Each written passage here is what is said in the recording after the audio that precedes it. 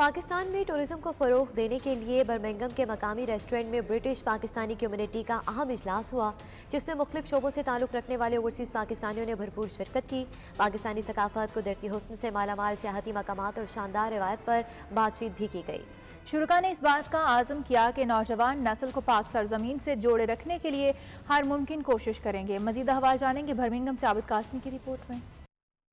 Birmingham میں بسنے والے مختلف شعبہ زندگی سے تعلق رکھنے والے اوورسیز پاکستانیوں نے پاکستان کے مثبت پہلو کو اجاگر کرنے اور برٹش پاکستانی نوجوانوں کو پاکستان کے ساتھ جوڑے رکھنے کی غرض سے برٹش پاکستانی فورم کے نام سے تنظیم بنا رکھی ہے۔ اس تنظیم کے ذریعے پاکستان کی تازہ ترین صورتحال کو مد نظر رکھتے ہوئے پاکستان کی ثقافت، قدرتی حسن سے مالا مال پہاڑی سلسلے اور سیاحتی مقامات سے نوجوانوں کو آگاہ کیا جاتا ہے۔ فورم کی اس کوشش کا مقصد پاکستان کا خوبصورت چہرہ اجاگر کرنے کے ساتھ ساتھ اوورسیز پاکستانی نوجوانوں کو وطن عزیز سے جوڑے رکھنا ہے۔ برمنگھم کے مقامی ریسٹورنٹ میں ہونے والے اجلاس میں پاکستان میں ٹورزم اپرچونٹی کے فروغ پر بات چیت کی گئی۔ اوورسیز پاکستانی سرمایہ کار Farooq Khan Naveed Bajwa, chairman British Pakistani forum Ejaz Siddiqui, professor Akhtar Ali نے اجلاس سے خطاب کرتے ہوئے کہا کہ یورپ اور دیگر ممالک میں چھٹیاں گزارنے کی بجائے برطانیہ میں بسنے والے اوورسیز پاکستانی اپنے بچوں کو پاکستان لے کر جائیں۔ وہاں ٹورزم کے بہترین مواقع موجود ہیں جو یورپ اور دیگر ممالک سے کئی گنا زیادہ بہتر ہیں۔ شرکا کا کہنا تھا کہ پاکستانی قدرتی حسن سے برٹش پاکستانی نوجوان بے حد محظوظ ہوں گے اور واپس آ کر مقامی دوستوں کو بھی آگاہ کریں گے، جس سے پاکستان میں ٹورزم کو فروغ ملے گا۔ شرکا کا کہنا تھا کہ پاکستان سرمایہ کاری کے لحاظ سے ایک محفوظ ملک بنتا جا رہا ہے، جبکہ موجودہ حکومت غیر ملکی سرمایہ کاروں کو بھرپور سہولیات بھی فراہم کر رہی ہے۔ اس موقع پر اجاز صدیقی، محمد فاروق خان، نوید باجوہ اور دیگر نے میڈیا سے گفتگو کرتے ہوئے کہا کہ آج کے اجلاس کا مقصد پاکستان کی فلاح و بہبود بارے اقدامات کرنا ہے اور نوجوان نسل کو پاکستان کے روشن پہلوؤں سے آگاہ کر کے انہیں وطن سے جوڑنے کی کوشش کرنا ہے۔ آج برمنگھم کے دوسرے بڑے شہر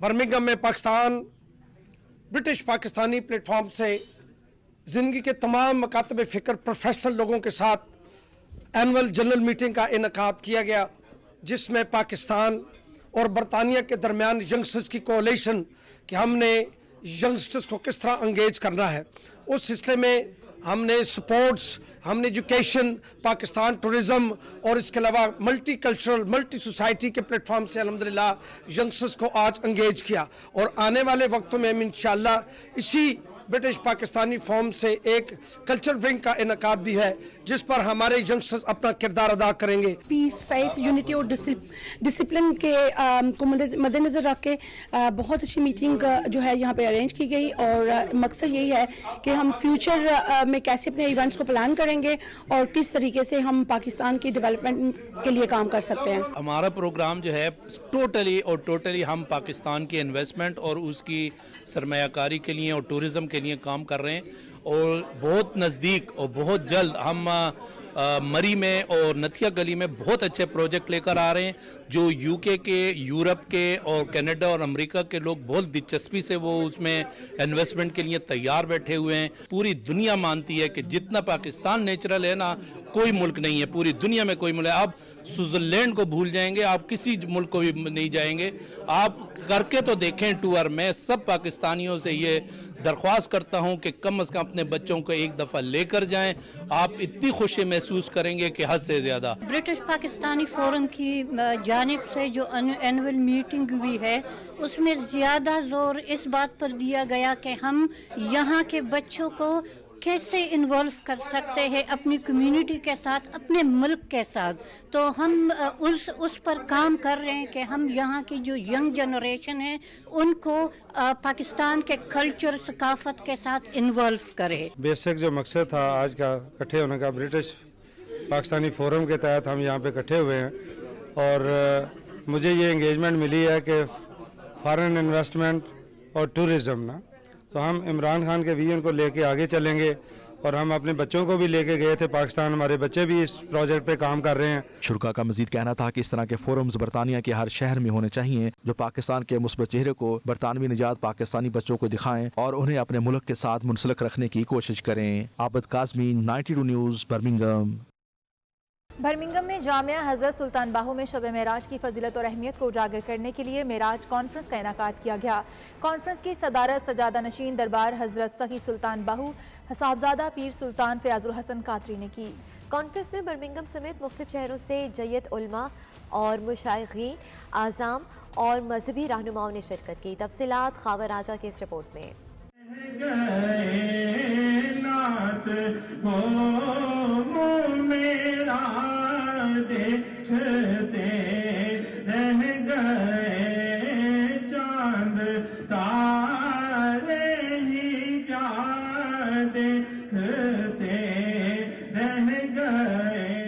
جامعہ حضرت سلطان باہو برمنگم میں شب معراج کی فضیلت و اہمیت اجاگر کرنے کے لیے معراج کانفرنس منعقد ہوئی، جس کی صدارت سجادہ نشین دربار حضرت سخی سلطان باہو صاحبزادہ پیر سلطان فیاض الحسن قادری نے کی۔ کانفرنس میں برمنگم سمیت مختلف شہروں سے علماء دین ثناخواں نے شرکت کی۔ صاحبزادہ پیر سلطان نیاز الحسن قادری کی سرپرستی میں ہونے والی اس کانفرنس میں فرزندان اسلام کی کثیر تعداد نے شرکت کی۔ مالکیوں کو، شافعیوں کو، حنبلیوں کو نور دین دیا ہے، کبھی اس امام جعفر صادق سے بھی رابطہ کر کے دیکھو۔ اس موقع پر صاحبزادہ پیر فیاض الحسن قادری اور دیگر مقررین نے شب معراج کی فضیلت اور اہمیت پر روشنی ڈالی۔ مقررین کا کہنا تھا کہ معراج کی شب جو فضیلت و برتری ہمارے پیارے نبی کو نصیب ہوئی، وہ کسی بھی پیغمبر یا نبی کو نہیں ملی۔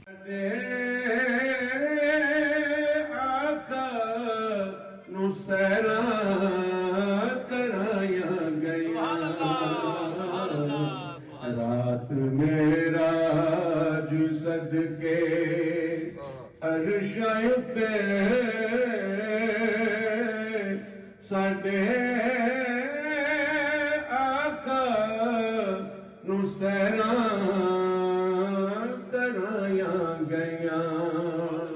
مقررین کا مزید کہنا تھا ہمیں اپنے طرز عمل اور کردار سے دنیا کو دکھانا ہوگا۔ نبی کریم صلی اللہ علیہ وآلہ وسلم کا مقصد ظہور دنیا کو امن و محبت سے روشناس کرانا تھا۔ معراج النبی کی عظیم شان کانفرنس کا انعقاد ہوا، جس میں عوام الناس کے ساتھ ساتھ خواص، پولیٹیکل لیڈرز، بزنس کمیونٹی اور علماء کرام کثیر تعداد میں نوجوانوں نے اس میں شرکت کی، اور یہ ثابت کیا کہ نبی کا میلاد ہو یا نبی کی معراج ہو، عاشقان رسول ہر وقت نبی کے نام پر دامن دل بچھانے کو تیار اور سب کچھ قربان کرنے کو تیار۔ معراج کا پیغام یہی ہے کہ ہم اس وقت جو افراتفری ہے، جو پریشانی ہے، اور جو دنیا میں اس وقت فتنہ و فساد ہے، اس کو ختم کرنے کے لیے آقا کریم علیہ السلام کی جو سنتیں ان کو عام کریں، اور محبت کا جو پیغام ہے وہ لوگوں کو دیں، تاکہ لوگوں کے لیے آسانیاں پیدا ہوں۔ اور اس معراج النبی صلی اللہ علیہ وسلم کانفرنس کے موقع پر ہم دنیا کو یہ پیغام دینا چاہتے ہیں کہ آج بھی اگر دنیا میں جو اس وقت ایک ماحول بنا ہوا ہے، جنگ کا ماحول، تو اس کے اندر آج بھی جو ذات مصطفیٰ صلی اللہ علیہ وسلم اور اسلام جو ہے وہ جو پیغام دے رہا ہے، امن کا پیغام اور رواداری کا، باہمی اخوت کا، وہ پیغام آج سے 14 صدیاں قبل نبی پاک صلی اللہ علیہ وسلم نے پوری دنیا کو دیا، اور آج بھی اگر دنیا امن و آتشی چاہتی ہے تو وہ اسلام کے اندر ہے۔ اور حضور کا معجزہ معراج جو ہے یہ دنیا کو نبی پاک صلی اللہ علیہ وسلم کی عظمت و شان جو ہے وہ آج 14 صدیاں گزرنے کے بعد بھی بتلا رہا ہے۔ اس موقع پر پیر سلطان فیاض الحسن قادری اور پیر سلطان نیاز الحسن قادری نے امت مسلمہ کی ترقی و خوشحالی کے لیے دعا بھی کروائی۔ خاور راجہ 92 نیوز برمنگم۔ محبوب خدا دا ایک پاس کل خدائی، رات معراج صدقے عرشایت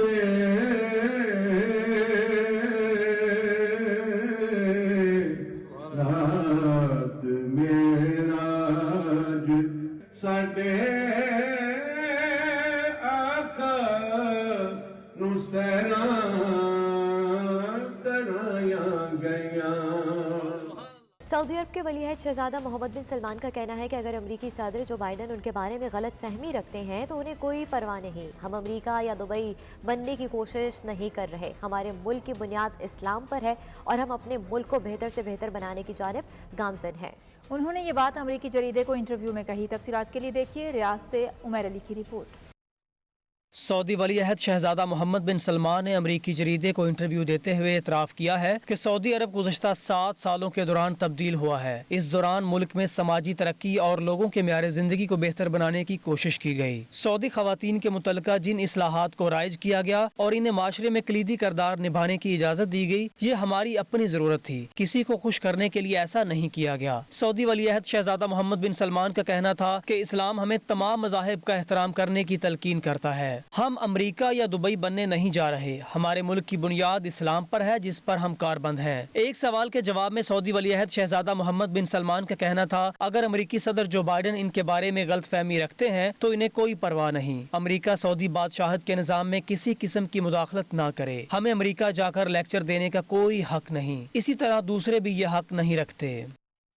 سعودی عرب میں سفارت خانہ پاکستان کی جانب سے تعارفی تقریب کا اہتمام کیا گیا، جس میں نئے تعینات ہونے والے سفیر امیر خرم راٹھور نے کمیونٹی ممبران سے ملاقات کی اور انہیں یقین دلایا کہ سفارت خانہ پاکستان کمیونٹی کے مسائل کو حل کرنے کے لیے ہر ممکنہ اقدامات اٹھائے گا۔ عمیر علی کی رپورٹ دیکھیے۔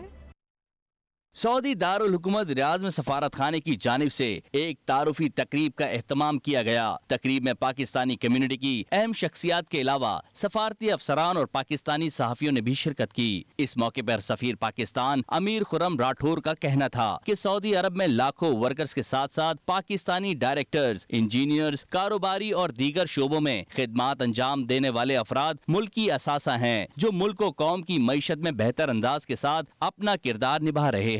تاہم ورکرز کو درپیش مسائل کے حل کے لیے ہر ممکنہ کوششیں کی جائیں گی اور کمیونٹی کے ساتھ مل کر متحرک اور فعال کردار بھی نبھایا جائے گا۔ سفیر پاکستان کا مزید کہنا تھا کہ وزیر اعظم عمران خان اوورسیز کے مسائل حل کرنے کے لیے سنجیدہ ہیں۔ سعودی عرب کے ساتھ تجارتی بنیادوں کو مزید مضبوط بنایا جا رہا ہے تاکہ دونوں ممالک کے کاروباری افراد سرمایہ کاری کے مواقع سے فائدہ اٹھا سکیں۔ تقریب میں شریک کمیونٹی ممبران کی جانب سے بھی سفیر پاکستان کو خوش آمدید کہا گیا اور انہیں اپنے تعاون کی بھرپور یقین دہانی کروائی گئی۔ عمیر علی، 92 نیوز، ریاض، سعودی عرب۔